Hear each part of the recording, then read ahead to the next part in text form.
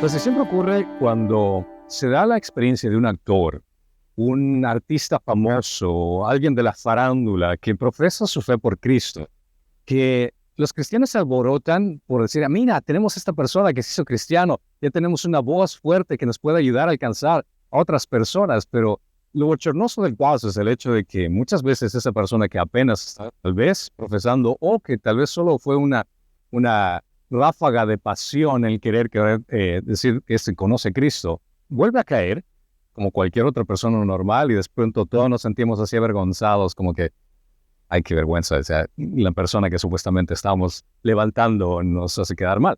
Consideramos que no debemos exaltar a las personas por encima de lo que Dios hace. Todos somos pecadores y no importa qué tanto tiempo incluso tenga la persona en conocer de Jesús, la persona va a caer. Al final de cuentas somos seres humanos quebrantados por el pecado y así es exactamente como estudiamos en el capítulo anterior, donde vemos a Pedro que realmente había dado un mensaje sumamente grande, una declaración increíble, pero lamentablemente vamos a ver ahora la caída de Pedro, uno de los eventos más vergonzosos que Pedro tuvo después de haber proclamado que Jesús era el Mesías. Nos encontramos entonces que Jesús y los apóstoles, después de la majestuosa declaración por parte de Pedro de la divinidad de Jesús como Hijo de Dios, como el Mesías, vemos que después de haber declarado esta verdad de quién era, cuál era la razón de la cual se fundamenta la iglesia, que no era Pedro el fundamento de la iglesia, sino que es la declaración que Pedro hizo donde la iglesia de Jesús sería fundamentado. Entonces el hombre que había sido bendecido por esta revelación divina, ahora es reprochado por su declaración satánica, que es lo que vamos a ver en Mateo capítulo 16, del versículo 21 al 23. Así que abran sus Biblias a Mateo capítulo 16, del 21 al 23. ¿Listos? Mateo 16, del 21 al 23. Desde entonces Jesucristo comenzó a declarar a sus discípulos que debía ir a Jerusalén y sufrir muchas cosas de parte de los ancianos, de los principales sacerdotes y de los escribas, y ser muerto y resucitar al tercer día. Tomando aparte Jesús, Pedro lo reprendió. No lo permita Dios, Señor. Eso nunca te acontecerá. Pero volviéndose él, dijo Pedro, quítate de delante de mí, Satanás.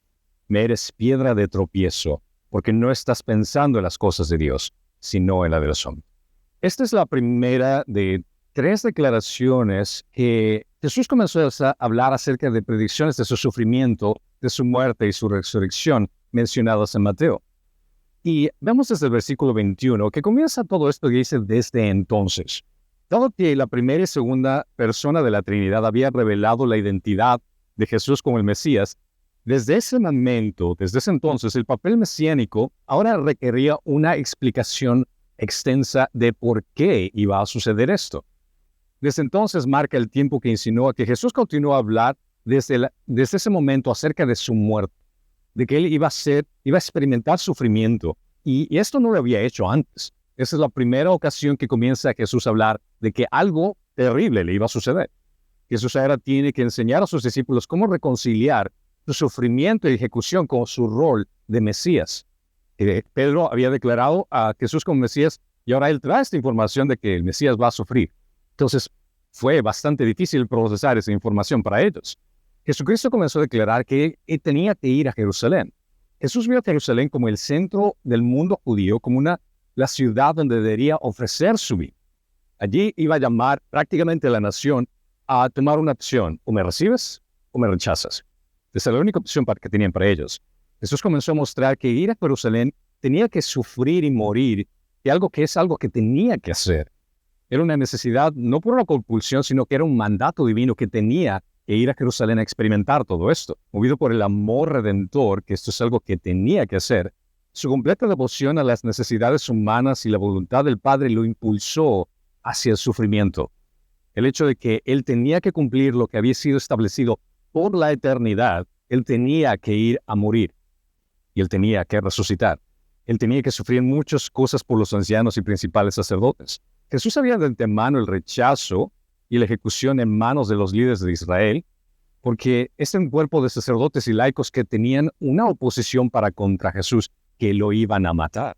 El sufrimiento de Mesías, consideramos esto, que no fue un evento que se dio en la historia sin precedente.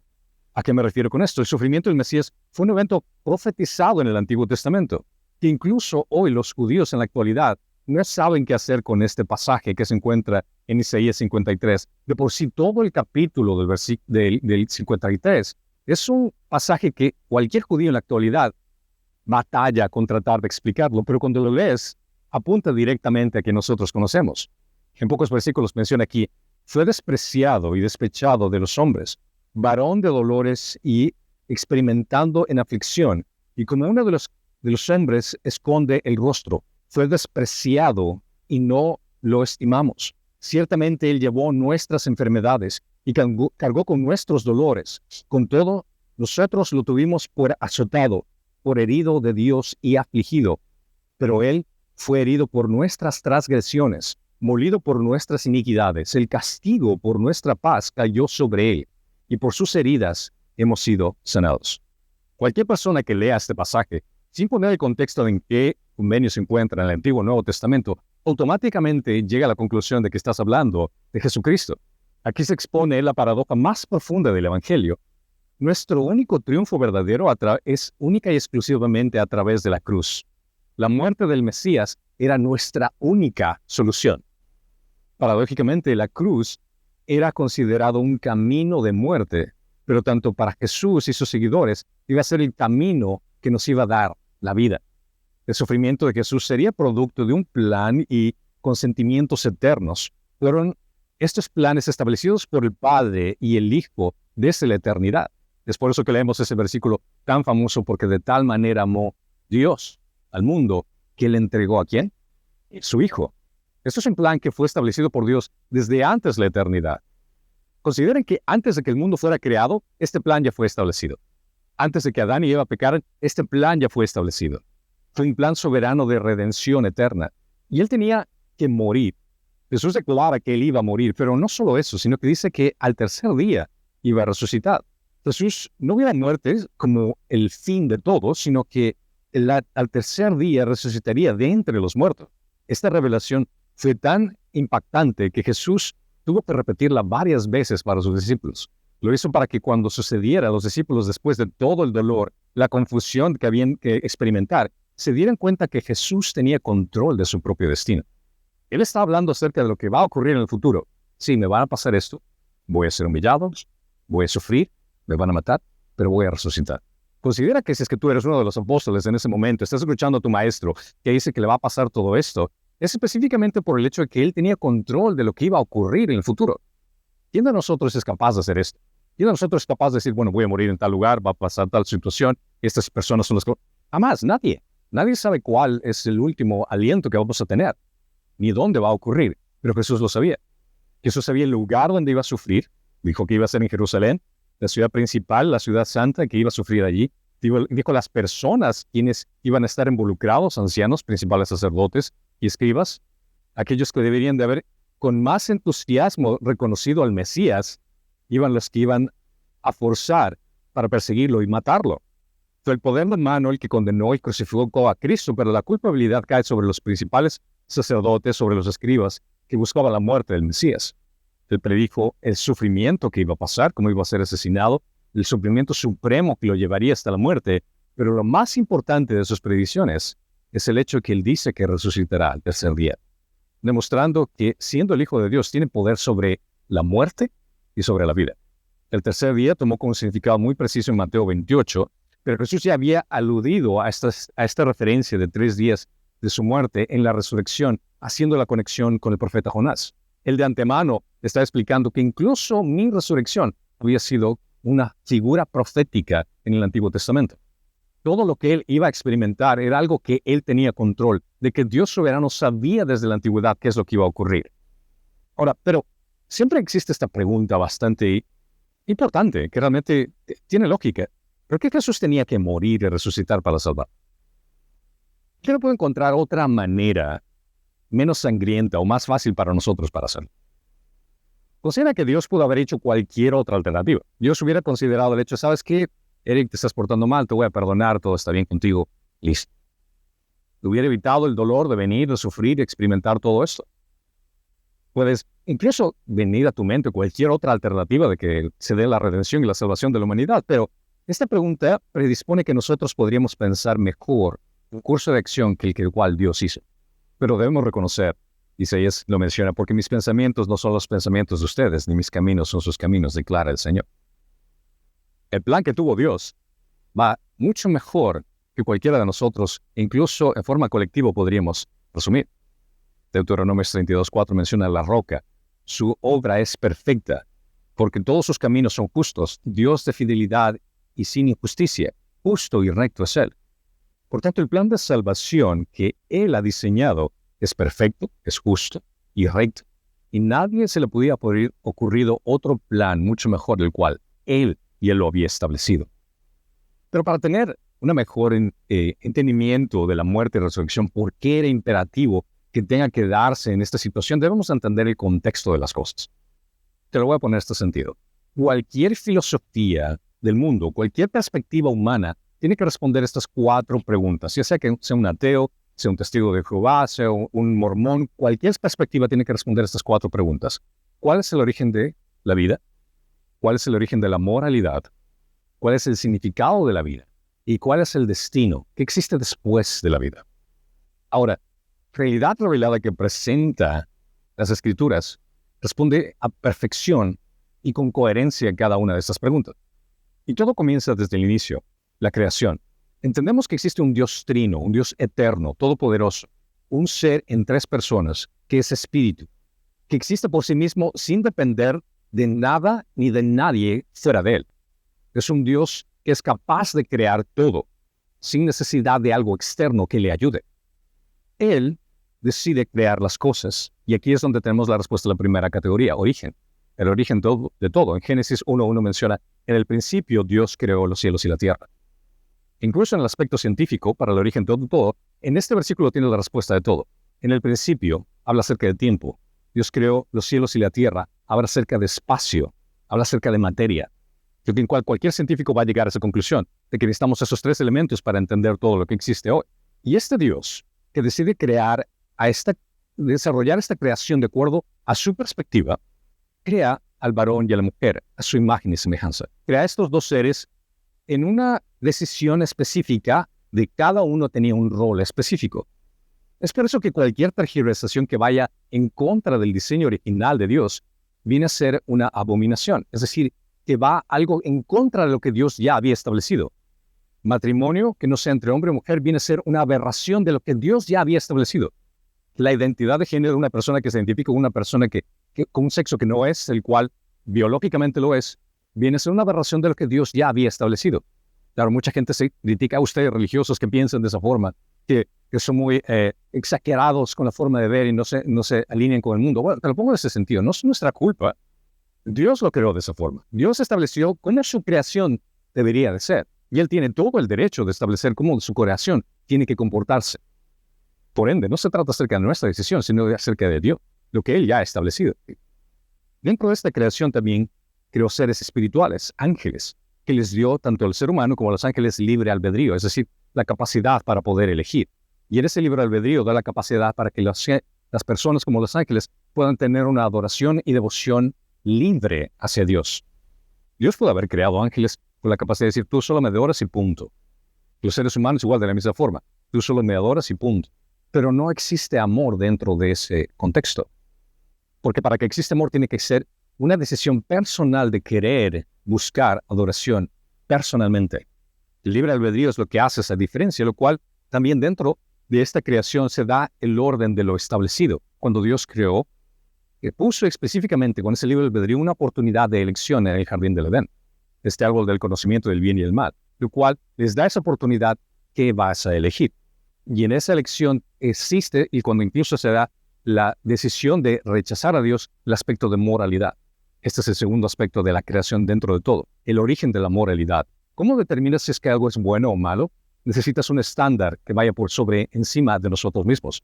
Si a alguien no le gusta algo, es una opinión personal, pero el decir tú estás mal tiene que ser mucho más allá de una opinión personal. Tiene que haber un estándar por encima de la persona que determine el por qué eso está mal. Dentro de esto también Existió esta comunión de los seres humanos con Dios. Había una relación, era un paraíso perfecto donde había una comunión perfecta, lo cual responde al tercer el punto, que es el significado. Había un propósito. El ser humano fue creado para glorificar a Dios en una comunidad perfecta con Dios. Pero aquí es donde viene la parte donde todo cambia, donde es la caída. Uno de los ángeles, el cual también se le había otorgado ese libre albedrío, conocido como Lucifer, se rebeló contra Dios, y no solo que se rebeló contra Dios, sino que también busca que la creación que él había diseñado se rebele contra su creador. Aquí es donde viene la introducción al pecado y lo que se conoce como la caída. Prácticamente Génesis capítulo 3 cubre todo a detalle. Brevemente lo menciona en Génesis 3:1. Menciona la serpiente. Era más astuta que cualquiera de los animales del campo que el Señor Dios había hecho. Y dijo a la mujer, ¿con que Dios les ha dicho no comerán de ningún árbol del huerto? La mujer respondió a la serpiente, del fruto de los árboles del huerto podemos comer, pero del fruto del árbol que está en el medio del huerto, Dios ha dicho, no comerán de él, ni lo tocarán, para que no mueran. Y la serpiente dijo a la mujer, ciertamente no morirán, pues Dios sabe que el día en que de él coman, se les abrirá los ojos y ustedes serán como Dios, conociendo el bien y el mal. Cuando la mujer vio que el árbol era bueno para comer y que era agradable a los ojos y que el árbol era deseable para alcanzar sabiduría, tomó de su fruto y lo comió. También dio a su marido que estaba junto con ella. Y aclaro este punto. Adán estaba ahí presente. No le echen la culpa a todos a Eva. Si las mujeres son las que tienen la culpa. Adán estaba ahí presente, junto al lado de él. Entonces fueron abiertos los ojos de ambos y conocieron que estaban desnudos. Y esta es una parte muy importante que es la conexión también con Cristo. Y cosieron hojas de higuera y se hicieron delantales. Es decir, al darse cuenta de su naturaleza pecaminosa, comenzaron a cubrirse y comenzaron a hacer con hojas de higuera una vestimenta para cubrir su vergüenza, su desnudez. Y oyeron al Señor Dios que pasaba en el huerto al fresco día. Entonces el hombre y la mujer se escondieron de la presencia de Dios entre los árboles del huerto. Fue ahí donde esa relación perfecta con Dios se quebrantó por completo. Pero esta es la solución que da Dios para cubrir su vergüenza. En Génesis 3:21 menciona el Señor, Dios hizo vestiduras de piel para Adán y su mujer y los vistió. Ahora, si estamos leyendo que hizo vestiduras de piel, ¿a qué piel se refiere? Tuvo que haber sacrificado un animal inocente. La sangre de un inocente tuvo que derramarse para cubrir la vergüenza de Adán y Eva. Es decir, que desde el inicio, el sacrificio era el símbolo perfecto para decir la inocencia y el derramamiento de sangre era lo único que podría cubrir la vergüenza y el pecado de alguien. Y esto es algo que se dio a partir de ese momento por todo el Antiguo Testamento. Vemos esta conexión de que el sacrificio, el derramamiento de sangre, era para cubrir el pecado. No lo borraba por completo, pero lo cubría. A partir de esto, de la caída de Satanás, vemos que Satanás ahora tiene este dominio sobre la creación. A Satanás se lo conoce como el Dios de este mundo. En 2 Corintios 4:3 menciona, y si todavía nuestro evangelio está velado, para los que se pierda está velado, y los cuales el Dios de este mundo, refiriéndose a Satanás, ha cegado el entendimiento de los incrédulos para que no vean el resplandor del evangelio de la gloria de Cristo, que es imagen de Dios. Consideren que el momento que Satanás tiene ahora control del mundo, pasamos a un plano donde no podemos regresar a esa relación normal con Dios. Para poder restaurar nuestra relación con Dios, necesitaríamos dos aspectos. Una perfecta obediencia ante la ley de Dios. Es decir, que alguien cumpla en punto y letra todos los detalles de la ley a la perfección. ¿Habrá alguien aquí que pueda hacer eso? ¿No? ¿Nadie? Tampoco. Segundo es el hecho de que tengas un récord criminal moral limpio. Es decir, que no hayas cometido ningún pecado. Esas serían las únicas dos alternativas para poder moverte de este plano donde todos estamos en la caída y puedas regresar a un plano donde existe una relación perfecta con Dios. Ninguno de nosotros es capaz de hacer esto. Una perfecta obediencia de la ley de Dios es imposible para nosotros. Y todos nosotros tenemos un récord criminal moral. Todos los tenemos. Isaías 64:6 menciona, todos nosotros somos como el inmundo y como trapo de inmundicia todas nuestras obras justas. Todos nos marchitamos como una hoja y nuestras iniquidades como el viento nos arrastran. Es decir, que nuestras buenas actitudes, nuestras buenas obras, entre comillas, vienen a ser como trapos de inmundicia. que les he hecho esa referencia, prácticamente el Antiguo Testamento lo que está diciendo, esos trapos de inmundicia vendrían a ser como toallas sanitarias. Es decir, que tus buenas obras ante Dios sería como ofrecerle ante Dios este regalo. Mira, tengo estas toallas sanitarias para ti. Qué detestable que suena esto. Es exactamente como Dios ve tus buenas obras. Tú intentas ser una buena persona, ten como trapos de inmundicia. Romanos 3:10 menciona, como está escrito, no hay justo, ni aún uno. No hay quien entienda, no hay quien busque a Dios. Es imposible en nuestra propia capacidad reconciliarnos con Dios por nuestra propia cuenta. No existe nada de lo que tú puedes hacer para poder ir desde el plano del mundo caído a una relación con Dios, a una armonía con Dios. No existe nada. Por ende, el único destino que tenemos, que responde al cuarto punto, viene a ser el hecho de que Dios tenga que juzgar y condenar a su creación. Dios justamente debería juzgar a su creación, a cada ser humano, enviarlo al infierno. Pero consideren que también el infierno fue creado específicamente para Satanás, por ser el que inició la caída. Satanás va a sufrir en el infierno, él no va a estar en control del infierno. Esa es una idea absurda que se ha dado a la gente que no entiende las Escrituras. El infierno fue diseñado para destruir y atormentar a Satanás por toda la eternidad, junto con aquellos que le sigan, que viene a ser una humanidad por desobediencia a Dios. Mateo 10:28 menciona, no teman a los que matan el cuerpo, pero no pueden matar el alma, más bien teme a aquel que puede hacer perecer tanto el alma como el cuerpo en el infierno. Y ese aquel es Dios. Apocalipsis 20:10 menciona, y el diablo que los engañaba fue arrojado al lago de fuego y azufre, donde también está la bestia y el falso profeta, y serán atormentados día y noche por los siglos de los siglos. Apocalipsis 20:14, la muerte y el Hades fueron arrojados al lago de fuego. Esta es la segunda muerte en el lago de fuego. Y el que no se encontraba inscrito en el libro de la vida fue arrojado al lago de fuego. Es decir, que todo aquel que su nombre no estaba escrito en el libro de la vida fue arrojado al infierno. Apocalipsis 21:8. Pero los cobardes, los incrédulos, los abominables, asesinos, inmorales, hechiceros, idólatras y todos los mentirosos tendrán su herencia en el lago que arde con fuego y azufre, que es la muerte segunda. Consideren el punto. Si Dios, que hizo la creación y todo lo que hay en ella, fue el que estableció cómo su creación tiene que comportarse, cómo su creación debería de imitar a su creador, y si es que su creación se rebela contra el creador, Él tiene todo el derecho de destruirla. Él tiene todo el derecho de condenarla. Y nosotros no tendríamos ni una sola vocal para decir o reclamar de que Él es injusto. Si Dios envía a toda la humanidad al infierno, todos los ángeles en el cielo estarían aplaudiendo a Dios por su santidad y por su justicia. ¿Por qué? Porque Él es santo y perfecto. Tristemente nosotros no lo somos. Pero aquí es donde viene la gran diferencia. Esta es la realidad de toda la humanidad. Sabemos que nosotros no podemos salvarnos por nuestra propia cuenta, pero existe la redención, una intervención divina, donde la figura de sacrificios que se dio desde el inicio de la creación, después de la caída, se plasma en el Cordero de Dios. No el que cubre, sino el que quita todos los pecados. Él viene a ser nuestro segundo representante humano. El primer representante humano, Adán, nos falló. Tenemos el segundo Adán, que vino a redimirnos. Él vivió una vida perfecta en obediencia a la ley de Dios. Ni tú ni yo podemos hacerlo. Él nunca pecó. El hombre perfecto se hizo pecado por nosotros tomando nuestra condenación. Es decir, que los dos requerimientos para poder restablecer esa relación con Dios, Él los cumplió. Él obedeció a perfección y Él tomó nuestros pecados. No existe ninguna otra alternativa.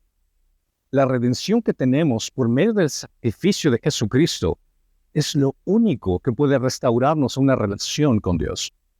Ninguna religión puede hacerlo. Ningún esfuerzo humano puede hacerlo. No importa cuántas veces vayas a la iglesia, no importa cuántas veces que denominación sea que tú vayas, eso no te va a salvar. No importa cuántas veces leas tu Biblia, eso tampoco te va a salvar. Lo único que te puede salvar es si es que entregas tu vida por completo y confías en que tu representante es el segundo Adán, que es Jesucristo. Que la muerte en la cruz es suficiente para tu redención. No es lo que tú hagas, sino es lo que Él ya hizo. Es decir, que tu salvación depende de tu reconocimiento de que eres un pecador, de que necesitas un Salvador. Entiende tus pecados, confía única y exclusivamente en el trabajo culminado que Cristo hizo por ti. No en lo que tú hagas, sino en lo que Él ya hizo por ti. El cristianismo, la diferencia con el resto de religiones es el hecho de que mientras las demás religiones te dicen que tú tienes que hacer cosas para ir al cielo, El cristianismo bíblico menciona que es una intervención divina donde Cristo, Dios mismo, lo hizo todo por nosotros. Marcos 1:15 menciona, el tiempo se ha cumplido, decía, y el reino de Dios se ha acercado. Arrepiéntanse y crean en el Evangelio. El Evangelio son las buenas noticias que tenemos un Redentor. Juan 3:16, porque de tal manera amó Dios el mundo que dio a su Hijo unigénito para que todo aquel que cree en Él no se pierda, sino tenga vida eterna. Juan 3:36, el que cree en Hijo tiene la vida eterna, pero el que no obedece al Hijo no verá la vida, sino que la ira de Dios permanece sobre él. Juan 14:6, Jesús dijo, yo soy el camino, la verdad y la vida. Nadie puede ir al Padre si no es a través de mí. 2 Corintios 5:21, el que no conoció pecado lo hizo pecado por nosotros para que fuéramos hechos justicia de Dios en él. Y la hermosura de eso es el hecho de que Cristo, al ser nuestro representante, se da una transacción hermosa en la cruz, donde tus pecados, que deberían ser castigados por ti en toda la eternidad, fueron, momento que te depositas tu confianza absoluta en Cristo, fueron depositados en Él. Y a cambio, lo que Él te da es su justicia perfecta. Es decir, existe esa transacción divina donde tú al otorgarle los pecados, Él a cambio te da su justicia perfecta. Todo lo bueno que Él hizo, te lo da Él. Es por eso que expresamos esto, que Cristo vive en mí. Y es gracias a esta transacción espiritual que nosotros pasamos este plano de restauración, de santificación. Nacemos nuevamente para vivir para Cristo. Y es aquí donde recobramos el significado de nuestras vidas, donde glorificamos a Dios. Somos llenos del Espíritu Santo, que es la tercera persona de la Trinidad, que nos ayuda a vivir según su voluntad. Juan 14:15 menciona que ustedes me aman y guardarán mis mandamientos. Entonces yo rogaré al Padre, y Él les dará otro consolador para que esté con ustedes para siempre. Es decir, el Espíritu de verdad, a quien el mundo no puede recibir, pero ni lo ve ni lo conoce, pero ustedes sí lo conocen porque mora en ustedes y estará en ustedes. Es decir, que somos salvos por medio de la fe, como menciona Efesios 2:8. Y esto no es de nosotros, sino que es don de Dios, no por obras para que nadie se gloríe. Pero somos hechuras suyas, creados en Cristo Jesús para hacer buenas obras, las cuales Dios preparó de antemano. Es decir, por la razón que soy salvo, por el hecho de que Dios me ha redimido en la cruz, mi vida ahora cobra un sentido de que voy a hacer lo que sea para demostrar el agradecimiento. Es decir, las buenas obras no son para salvación. Las buenas obras son resultado porque la salvación ya la tengo. Es una gran diferencia. Yo no hago cosas para tratar de complacer a Dios con el hecho de querer obtener salvación. Eso viene a ser un chantaje.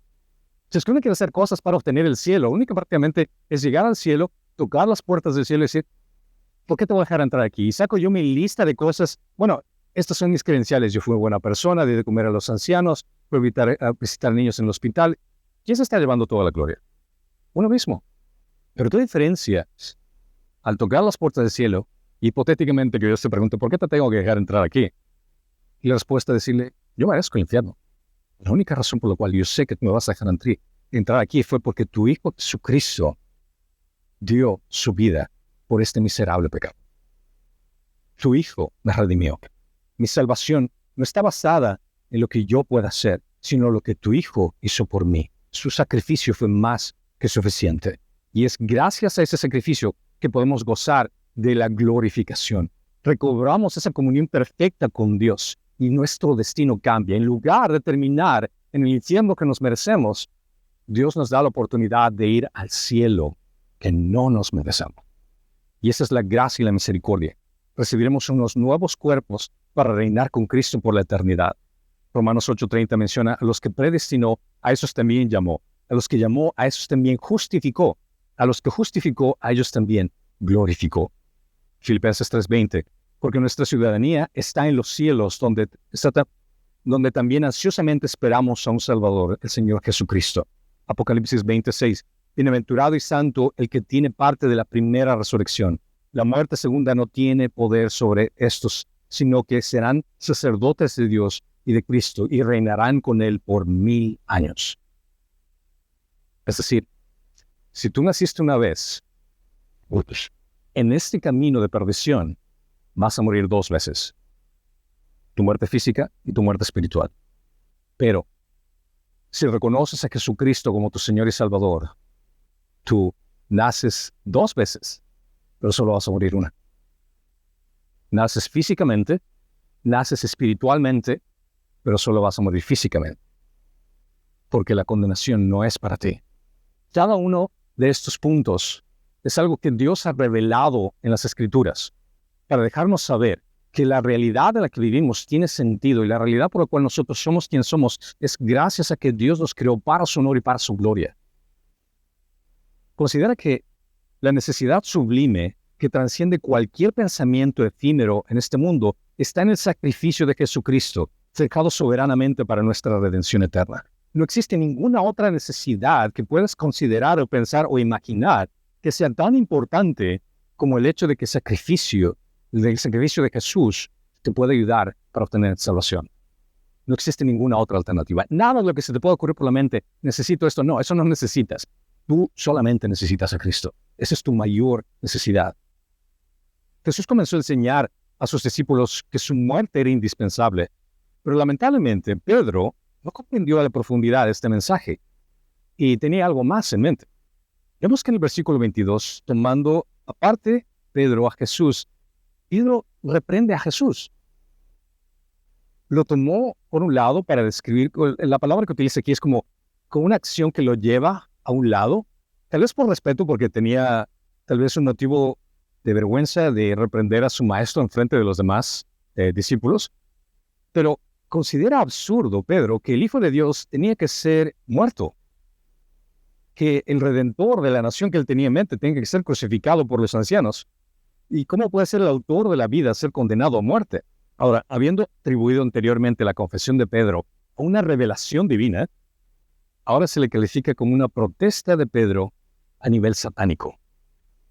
Pedro, que apenas había sido bendecido por el Señor, obviamente no entendió el mensaje completo. Pedro no podía comprender que el Jesús, el Mesías, debía de morir a manos de los líderes religiosos que debían de haberlo adorado. Él se negaba a considerar el sufrimiento y la muerte como la suerte del Mesías. Tenía la expectativa judía de que el Mesías venía a derrocar a los romanos que lo estaban oprimiendo. Pedro, igual que el resto, como la mayoría de judíos, Pedro pensaba que el Mesías sería un rey glorioso y soberano, y no un rey que sufriera y muriera a manos de los propios líderes religiosos de Israel. Pedro les dice, no lo permitas, Dios, Señor, esto nunca acontecerá. Estas palabras sin duda fueron dichas por Pedro con una buena intención y por el afecto que tenía hacia su maestro, pero ignoraba que la redención de la humanidad, de la muerte de Cristo, siendo la cruz, era la voluntad del Padre. La cruz era el destino de Jesucristo. Pedro reprime a Cristo sin darse cuenta que estaba yendo en contra de la voluntad de Dios. Lo que nos demuestra que las buenas intenciones y los buenos afectos no justifican las malas acciones. El afecto de Pedro para proteger a su maestro obstaculizaría la redención de la humanidad. Era una bondad equivocada para beneficio personal. Está profundamente equivocado al tratar de hacer en su pensamiento algo bueno. Te recuerdo cuando era niño, me contaban la historia de Jesús, siempre llegaba la época de Pascua y ver a Jesús dando la cruz en las películas y todo. Tenía esta mentalidad de que me gustaría tener una máquina del tiempo para regresar en ese entonces y no sé, con una pistola, algo por el estilo, detener a aquellos que van a matar a Jesús y ser el salvador de Jesús y tanta cosa. Obviamente no tenía ni idea del Evangelio. Quería detener el sufrimiento de Jesús porque me daba pena todo lo que él sufría. Pero cuando entendí el plan de salvación y la redención, si es que podría hacer lo mismo, diría, por favor, te ayudo a cargar la cruz. Aquí están los clavos. ¿Por qué? Porque entendía que él tenía que morir. Hay una gran diferencia cuando comprendes esa realidad. Considera que nuestro Señor prefirió obedecer al Padre para otorgarnos nuestra salvación antes de su propia comodidad y seguridad. Él no vino al mundo para salvarse, no vino al mundo para salvarnos. Cuando las cosas no van de acuerdo a nuestros propios planes, somos tan apresurados como Pedro en ser precipitados en un celo desconsiderado que no dudamos en juzgar a Dios mismo según nuestra propia fantasía cuando las cosas no se dan de acuerdo a nosotros queremos. No, Dios no quiere que sean las cosas así. No, Dios no permite que las cosas no se den así, pero ¿qué te hace pensar que Dios no permita que tú pases por sufrimiento? Que el orgullo esté tan profundamente arraigado con nuestros corazones que pensaríamos que si Dios no cumple con nuestros deseos, con nuestros anhelos, entonces el plan de Dios está equivocado. Pedro intentaba evitar que el Señor muriese. Sin embargo, Esa era la razón principal por la cual él vino al mundo. Él tenía tal vez ese deseo o ese anhelo que era evitar el sufrimiento, que no quería ver a su maestro sufrir a ese punto. Pero la necesidad que Pedro tenía era que Cristo vaya a la cruz, al igual que nosotros. La necesidad sublime que trasciende cualquier pensamiento efímero, cualquier idea que se te hubiera venir a la mente en este mundo, está en el sacrificio de Jesucristo. Pero Jesús no se queda callado. Y le dice a Pedro lo que estaba pensando. Le deja saber muy claro lo que piensa al respecto. Cuando Jesús consideró necesario reprender a Pedro, en este caso fue la mayor severidad que utilizó para reprenderlo. Las palabras severas de Jesús fueron necesarias para demostrar a Pedro que lo que estaba diciendo no solo estaba mal, era fatal. Y también tenía que los demás discípulos escuchar la reprimenda que le estaba dando. La cruz fue central para los propósitos de Jesús en la tierra, y la reprimenda de Pedro esencialmente tentó a Jesús a evadir a la cruz. Lo que Pedro le estaba diciendo es, por favor, no vayas a la cruz, que tú no sufras. Sin saberle, Pedro se estaba convirtiendo en un portavoz de Satanás. Y prácticamente le reclama de esta forma. Jesús le dice, quítate de mí, Satanás. Jesús reclamó directamente a Satanás, que procuraba usar a Pedro como un instrumento. En la perspectiva cristiana, siempre se consideraba que Satanás ha influido a los pensamientos de la gente. La idea de que te da un pensamiento contrario a lo que Dios establece. En Santiago 3:15 menciona, esta sabiduría no es la que viene del alto, sino la de que es terrenal, natural, diabólica. Es decir, que cualquier pensamiento que no se alinee con la voluntad de Dios, tiene que alinearse con otro. Y ese otro es Satanás. Santiago 4:7, por tanto, sométanse a Dios. Resistan pues al diablo y huirá de ustedes. Efesios 2:1 menciona, y Él les dio vida a ustedes que estaban muertos en sus delitos y pecados, en los cuales anduvieron en otro tiempo, que dice aquí, según la corriente de este mundo, conforme al príncipe de la potestad del aire. Príncipe de la potestad del aire se hace una referencia a Satanás. Es decir, que tu forma de vida, antes de conocer a Cristo, siempre ha estado influenciada por Satanás. Es decir, no, yo soy dueño de mi propia vida, yo hago lo que yo quiera, yo tomo mis propias decisiones. Ya, es exactamente la estrategia que Satanás te ha dado. El pensar de que uno, piensas que no existe, y dos, piensas que tú tienes control de tu propia vida. Cuando en realidad Satanás es el que te guía con pensamientos que te hacen pecar, te hacen en contra de la palabra de Dios. Al valorar las cosas que el mundo valora, que viene a ser la comodidad en lugar de sufrimiento, Pedro se muestra como un aliado del diablo. No leemos nada que dijera o que hicieran antes los discípulos que en ningún otro momento que Cristo se haya molestado tanto como en esta situación. Pedro está tratando de hacer algo que Satanás ya había intentado antes, que era frustrar la crucifixión. ¿A cambio de qué? A cambio de ofrecerle el reino, tratando de desviar el plan de Dios. Esto lo vemos en Mateo 4:8, que dice, otra vez el diablo lo llevó a un monte muy alto y le mostró todos los reinos del mundo y la gloria de ellos. Y le dijo, todo esto te daré si te postras y me adoras. Satanás quería impedir la cruz. Y más tarde los líderes religiosos también se hicieron eco a la tentación de Satanás cuando querían impedir que Cristo muera en la cruz. Mateo 27:4 me dice, a otro salvó, a él mismo no puede salvarse. Rey de Israel es, que baje ahora de la cruz y creeremos en él. En Dios confía, que lo libre ahora si él lo quiere, porque ha dicho, yo soy el Hijo de Dios. Es decir, que Satanás de alguna u otra forma quería convencer para que la cruz no se dé. Pero la cruz era necesaria. Primero porque es voluntad de Dios y segundo porque es algo que nosotros necesitábamos. Cristo le dice, aléjate de mí, dice. Me eres piedra de tropiezo. En su celo desconsiderado actuó como Satanás, porque no lo llama simplemente adversario, sino que le pone el nombre del diablo, como expresión de mayor aborrecimiento. Puedes darte cuenta que Jesús estaba bien enojado, bien enojado. Y es interesante la conexión que hacemos esto, porque hace una semana estamos estudiando acerca de la diferencia de que el fundamento de la iglesia no está en Pedro, sino la declaración que hizo Pedro. Y cuando piensas que la iglesia fue fundada en un hombre, en Pedro, solo vemos en el mismo capítulo, unos versículos más tarde, que Pedro cayó bastante bajo. Si es que la iglesia fuera fundada en un ser humano, hace tiempos la iglesia se hubiera destruido. Pedro estaba examinando la situación mediante razonamientos humanos y terrenales. Su mente está puesta en la gloria mundana. Consideró el sufrimiento y la muerte una vergüenza para Jesús como algo indigno de él. Pero Jesús respondió bruscamente diciéndole, en términos prácticos, mi sufrimiento no es un asunto indecoroso. Estás haciendo este juicio con una mente carnal. Porque prácticamente dice, no estás pensando en las cosas de Dios, sino en las cosas de los hombres. Eso es una ofensa para mí, porque No piensas las cosas de acuerdo a la voluntad y la perspectiva de Dios. Estás pensando de acuerdo a tu conveniencia. No quieres verme sufrir. ¿Por qué? Porque tienes esta relación conmigo y tú no quieres sufrir al verme así. Porque estás tal vez tan cómodo con todo lo que estoy proveyendo que quieres un reino y quieres tú una gloria junto conmigo. Esta reprimenda muestra que nosotros debemos evitar todo lo que nos aparte de la obediencia de Dios. Debemos evitar cualquier tipo de relación que nos influya a ir a cualquier otro lado que no sea estar en la voluntad de Dios. Debemos de tener mucho cuidado de no apegarnos demasiado a nuestros propios puntos de vista, sino abrazar sumisamente a lo que el Señor decide que ocurra en nuestras vidas. Considera la sutileza de Satanás. Él nos envía tentaciones por medio de personas que menos lo esperamos, por medio de amigos, por medio de familiares, por seres queridos.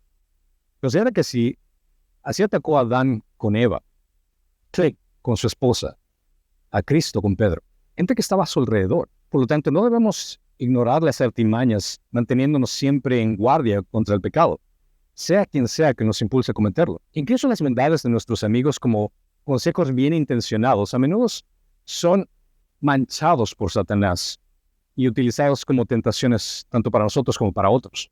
Recuerdo claramente una situación en la cual estaba aconsejando bien intencionado a una pareja que sin documentos legales quería buscar trabajo. Ahora, por el aprecio que tengo con esta pareja, le digo, ¿sabes qué? Busca unos documentos. Tal vez eso te va a ayudar.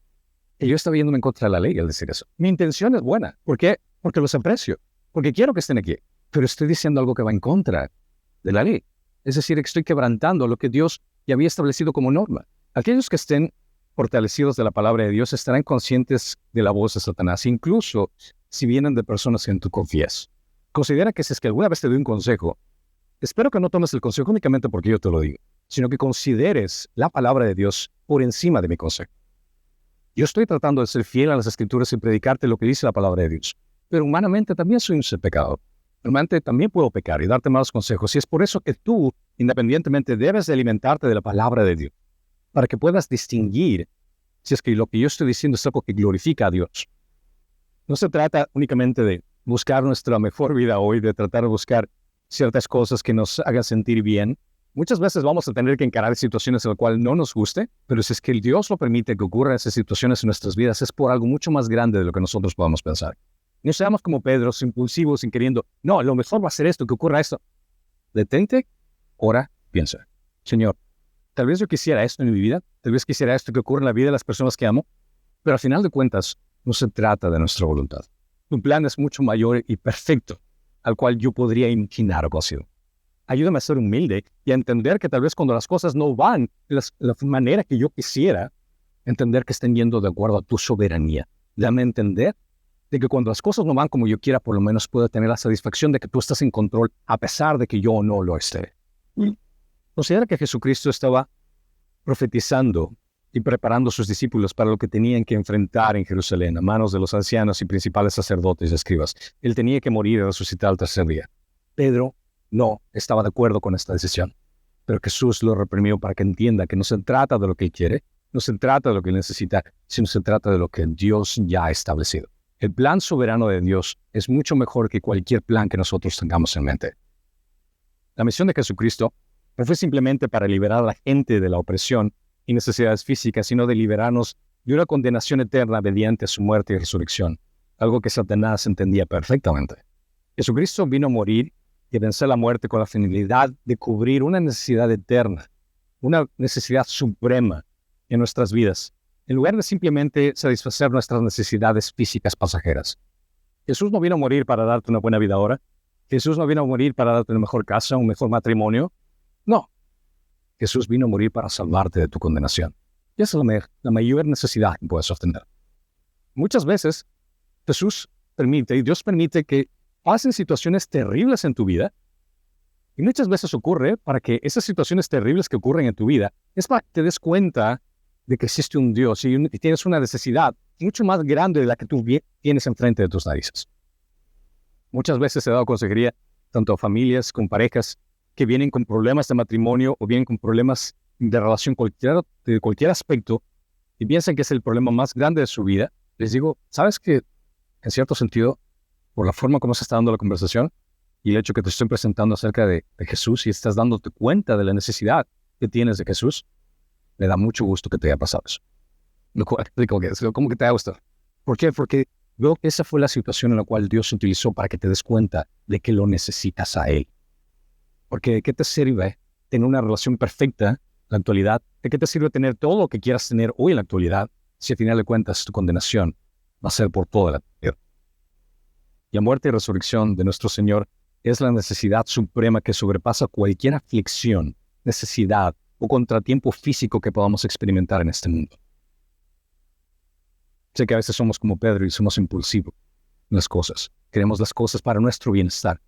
Pero incluso las dificultades, al estar en Cristo, nos ayuda a entender de que Dios quiere cambiarnos para hacernos más como Él.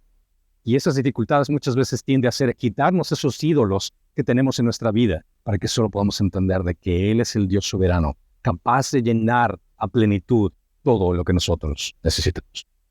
Amén. Sí. Señor Todopoderoso, gracias. Gracias, Señor, te damos por darnos a entender de que no existe realmente nada en este mundo que nosotros podamos necesitar más que a ti. Apreciamos cada una de las bendiciones que nos da, Señor. Apreciamos nuestros matrimonios, nuestras familias, las posesiones que tenemos, lo apreciamos, Señor, pero todo eso es considerado basura en contraste de conocerte a ti. Señor, tú eres importante. Tú eres primordial en nuestra vida y gracias a ti incluso podemos disfrutar de nuestro matrimonio. Gracias a ti podemos disfrutar de nuestra familia. Gracias a ti podemos apreciar las relaciones que están a nuestro alrededor, porque tú nos das ese significado. Señor, te pido por alguien que esté escuchando este mensaje que tú le estés haciendo caer en cuenta de la necesidad que tienen de ti, Señor, que tú puedas obrar, que tu espíritu trabaje en ese corazón para que pueda entender que su significado no se encuentra en ser profesional o en sus relaciones o en su educación, sino que su significado se encuentra en ti únicamente.